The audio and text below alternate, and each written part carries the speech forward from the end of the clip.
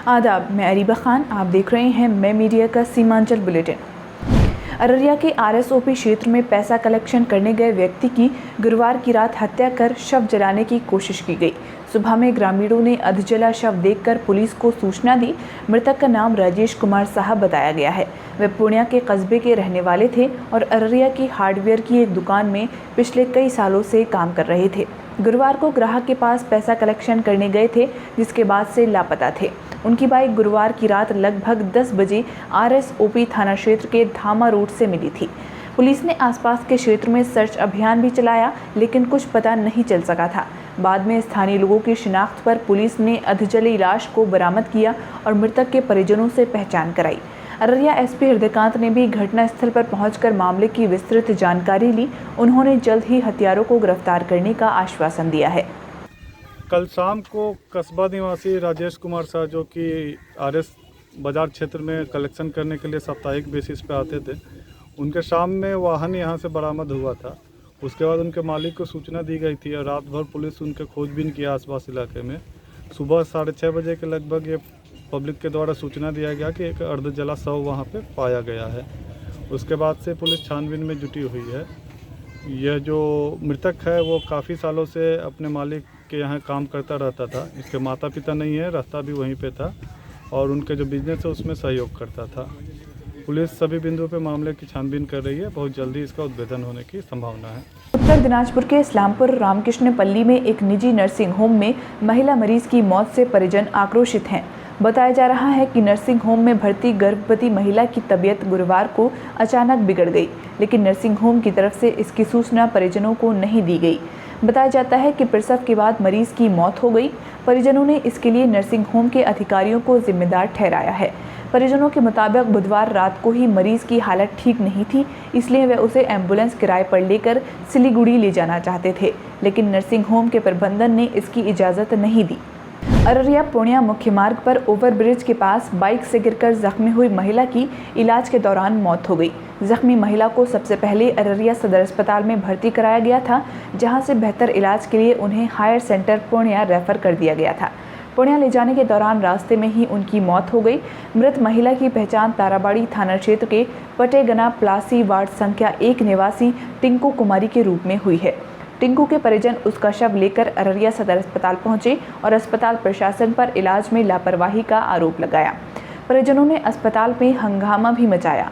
परिजनों ने बताया कि अस्पताल के डॉक्टरों ने अगर समय पर सही इलाज किया होता तो उसकी जान बचाई जा सकती थी। हंगामे की खबर पाकर अररिया सांसद प्रदीप कुमार सिंह देर रात सदर अस्पताल पहुंचे। उन्होंने हंगामा कर रहे लोगों को दोषियों पर कार्रवाई करने का आश्वासन दिया, तब जाकर लोग शांत हुए। परिवार बच्चे जो है उनको लेके आ रहा था और एनएच पे कहीं पे उसको जो है वो गाड़ी से जो है पीछे से ठोकर मारा। हम तो थे नहीं वहाँ, या फिर वो ब्रेकर से गिरा। तो वहाँ गिरने के बाद सुनते हैं अस्पताल लाया और यहाँ से रेफ़र किया तो वो डेथ था। तो उसी के परिजनों से मिलने आए थे, देखने आए थे। परिजन का आरोप है कि अस्पताल में कोई इलाज नहीं उपलब्ध कराया गया। अस्पताल में अगर इलाज नहीं है तो उसको संज्ञान में बात आई है। इसको हम लोग कल सीएस से बात करेंगे कि अस्पताल में अगर इस तरह का फर्स्ट एड जैसा आरोप है कि फर्स्ट एड नहीं दिया तो ऐसे डॉक्टर बक्से नहीं जाएंगे। उसको इलाज करेंगे हम लोग और उसको सस्पेंड करवाएंगे, उस पर कार्रवाई होगी। बिहार सरकार में मंत्री रामसूरत राय के घुसपैठ से जुड़े बयान पर किशनगंज लोकसभा सांसद डॉक्टर जावेद आज़ाद ने कहा है कि जब कहीं चुनाव आता है तो भाजपा और आरएसएस इस तरह की बयानबाजी शुरू कर देते हैं। गौरतलब हो कि रामसूरत राय ने हाल ही में कहा है कि सीमांचल में घुसपैठ बढ़ रही है। इस पर प्रतिक्रिया देते हुए डॉक्टर जावेद आज़ाद ने और क्या कुछ कहा है, सुनिए। देखिए, बड़ा अनफॉर्चुनेट है ये बीजेपी पार्टी की सोच और बीजेपी के जो सहयोगी दल, हालांकि उनका जो पहचान है, लोग गुमराह हो जाते हैं। जब जब कोई इलेक्शन होता है तो इस तरह की बातें वो शुरू कर देते हैं। मैं आपके माध्यम से उनकी सरकार से पूछना चाहता हूँ, जिनकी केंद्र में भी उन्हीं की सरकार है और राज्य में भी उन्हीं की सरकार है। अगर ऐसा सत्य होता तो उनकी प्रशासन क्या कर रही है? हमने पार्लियामेंट में ही कह दिया था कि हमारे यहाँ एक भी विदेशी नहीं है जिसके पास ज़मीन हो या जिसको घुसपैठिया वो कहते हैं। ये हम सब जानते हैं कि बीच बीच में जो बीजेपी आरएसएस की मानसिकता रखते हैं वो समाज को का जहन डाइवर्ट करने के लिए जो मुख्य मुद्दे हैं, चाहे बेरोज़गारी का हो, किसानों का हो, हमारे तरफ बारिश में जो कटाव हो रहा है, सैकड़ों गांव कट गए हैं इसी साल, वो सब मुद्दों पे चर्चा ना हो, बात ना हो, उसको डाइवर्ट करने के लिए इस तरह के बयानात बीच बीच में बीजेपी के नेताओं से होती आ रही है, जिसको समाज समझती है और समाज ऐसे लोगों पे मेरे ख्याल से अपना जहन पहले ही बना चुकी है कि उनका मतलब क्या है। प्रधानमंत्री नरेंद्र मोदी के 71वें जन्मदिन के मौके पर अररिया के बीजेपी सांसद प्रदीप कुमार सिंह, नरपतगंज के बीजेपी विधायक समेत दर्जनों भाजपा समर्थकों ने शहर के बस स्टैंड के निकट में 7 दिवसीय प्रदर्शनी का आयोजन किया। इसका उद्घाटन सांसद प्रदीप सिंह ने किया। इस अवसर पर प्रदीप सिंह ने पत्रकारों को बताया कि प्रदर्शनी के जरिए प्रधानमंत्री नरेंद्र मोदी की जीवनी से लोगों को रूबरू कराया जाएगा। कार्यक्रम के बाद वे सदर अस्पताल गए और बेसहारा मरीजों का हालचाल पूछा। ठाकुरगंज में भाजपा कार्यकर्ताओं ने पीएम नरेंद्र मोदी का 71वां जन्मदिन सेवा और समर्पण दिवस के रूप में मनाया।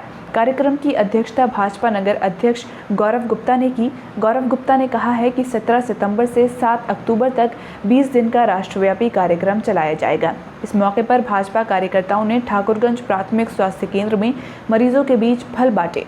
इसके अलावा ठाकुरगंज हाई स्कूल में बने कोविड-19 वैक्सीनेशन सेंटर पर वैक्सीन लगाने आए लोगों में भाजपा कार्यकर्ताओं की तरफ से चॉकलेट व केक बांटे गए। अररिया जिला युवा कांग्रेस ने फॉरबिसगंज रेलवे स्टेशन पर देश के प्रधानमंत्री नरेंद्र मोदी का जन्मदिन युवा बेरोजगार दिवस के रूप में मनाया। कार्यक्रम का नेतृत्व युवा कांग्रेस के जिला अध्यक्ष करण कुमार पप्पू ने किया। करण कुमार ने बताया कि आज युवा कांग्रेस ने बूट पॉलिश कर राष्ट्रीय बेरोजगार दिवस मनाया, क्योंकि आज युवाओं के पास डिग्री तो है पर रोजगार नहीं है।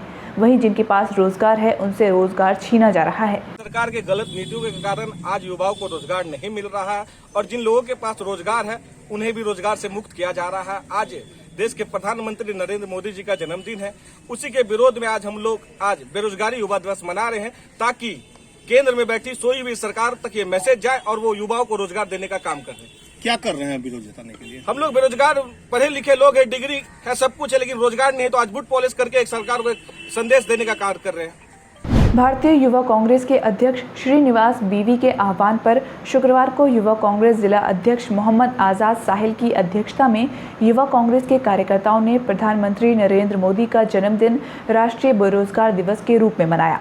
युवा कांग्रेस नेताओं ने कांग्रेस कार्यालय से गांधी चौक तक पदयात्रा निकाली और केंद्र सरकार के खिलाफ प्रदर्शन किया। मौके पर किशनगंज के विधायक इजहारुल भी मौजूद रहे।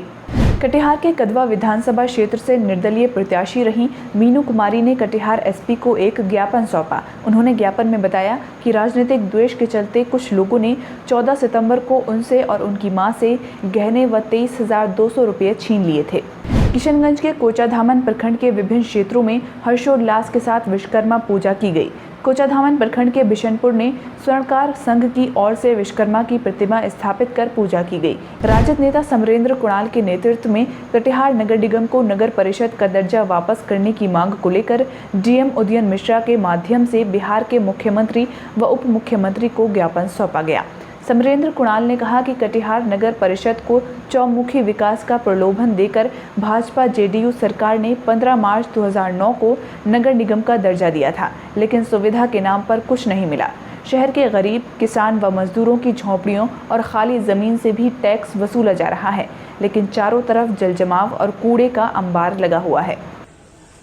15 मार्च 2009 को कटिहार नगर परिषद को अपग्रेड करके इसको नगर निगम बनाया गया। 10 वर्ष से ज्यादा हो गया, आज तक नगर निगम की सूरत नहीं बदली। वही हाल है जो नगर परिषद में कभी हुआ था, उससे भी बदतर हाल है। चारों तरफ जल जमाव, दूषित जल जमाव, पानी, इसके अलावे सड़क की स्थिति जर्जर है। कूड़ा लगा रहता है, चारों तरफ गंदगी फैला हुआ है, बीमारी फैल रहा है। ये तमाम परेशानी के बाद भी नगर निगम को शर्म नहीं आती और सरकार को। आज तो हमारे लिए सौभाग्य की बात है कि नगर विकास आवास मंत्री के अलावा वित्त मंत्रालय, वाणिज्य मंत्रालय, उप मुख्यमंत्री कटिहार के स्थानीय विधायक जी। और बावजूद अगर कटिहार की सूरत ऐसी बनी रहेगी, अब इंसाफ के लिए और अपने अधिकार के लिए कहाँ जाएगा लोग? किससे बात करेगा, किससे मांग करेगा? अब तो हम यही कहना चाहते हैं, आज हम लोगों ने जिला अधिकारी को माननीय मुख्यमंत्री जी के और उप मुख्यमंत्री जी के नाम से यही ज्ञापन दिया कि हम लोग हार गए हैं, थक गए हैं। नगर निगम का विकास के सवाल पर आपने नगर निगम बनाया, नगर परिषद को, और आज तक विकास नहीं कर सके 11 साल में, तो आप हमें वही नगर परिषद वापस कर दीजिए जहां टैक्स कम लगता था, और हम वही जिंदगी जी रहे हैं जो आज जिंदगी जी रहे हैं। सीमांचल गांधी के नाम से मशहूर आरजेडी के वरिष्ठ नेता मरहूम तस्लीमुद्दीन की पुण्यतिथि पर किशनगंज में शुक्रवार को 2 मिनट का मौन रखा गया और उन्हें श्रद्धांजलि दी गई। कार्यक्रम की अध्यक्षता जिला प्रवक्ता वार्ड पार्षद देवेंद्र यादव ने की। मौके पर आरजेडी के वरिष्ठ नेता उस्मान गनी, तौसीफ अंजार, युवा आरजेडी के प्रदेश महासचिव दानिश इकबाल, शंभू यादव, कांग्रेस नेता शिवा यादव व युवा आरजेडी के नगर उपाध्यक्ष मुन्ना अंसारी मौजूद रहे। आज के लिए इतना ही। आपके बीच इन खबरों को लाने वाले हमारे साथी हैं सैयद शादाब, रविंद्र यादव, शेरशाह भारती। वीडियो आपको कैसा लगा कमेंट में ज़रूर बताएं। वीडियो को ज़्यादा से ज़्यादा शेयर करें। साथ ही ज़रूर बताएं कि ये वीडियो आप कहां से देख रहे हैं। अगर अब तक आपने चैनल को सब्सक्राइब नहीं किया है तो सब्सक्राइब कर लीजिए। फेसबुक पर हैं तो पेज को फॉलो कर सकते हैं। ट्विटर और इंस्टाग्राम पर आप हमसे @मैं मीडिया हूं के ज़रिए भी जुड़ सकते हैं।